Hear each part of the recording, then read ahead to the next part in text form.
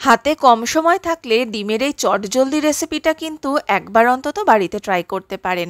এর জন্য প্রথমে একটা বাটির মধ্যে সর্ষে পোস্ত, কাজু বাদাম আর কাঁচা লঙ্কা জল দিয়ে ভিজিয়ে সেটার একটা পেস্ট করে নিলাম।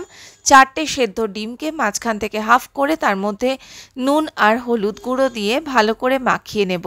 এরপর কড়াইয়ে তেল গরম করে তার মধ্যে একটা একটা ডিমকে বসিয়ে দুপিঠ ভালো করে ভেজে নেব। প্রথমে কুসুমের দিকটাকে ভেজে নিয়ে তারপরে কিন্তু উল্টে অপর পিঠটাও ভেজে নিতে হবে। একটা একটা ডিমকে তুলে প্লেটের মধ্যে রেখে দিলাম।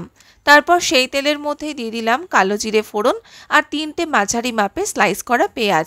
বাদামি করে পেঁয়াজটাকে ভেজে হলুদ গুঁড়ো আর কাশ্মীরি রেড চিলি পাউডার দিয়ে কষিয়ে তার মধ্যে পেস্ট করে রাখা সর্ষে পোস্ত, কাজু আর কাঁচা লঙ্কাটা দিয়ে কিছুক্ষণ কষিয়ে দিয়ে দেব মিক্সি ধোয়া জল, আর প্রয়োজন হলে আরও একটু জল অ্যাড করতে হবে।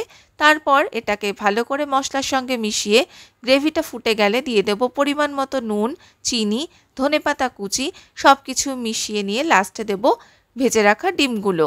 ঢাকনা দিয়ে কিছুক্ষণ কুক করে নিলেই তৈরি হয়ে যাবে দুর্দান্ত স্বাদের ডিমের সর্ষে পোস্ত। রেসিপিটা ভালো লাগলে আমার চ্যানেলটা সাবস্ক্রাইব করতে ভুলবেন না। টাটা।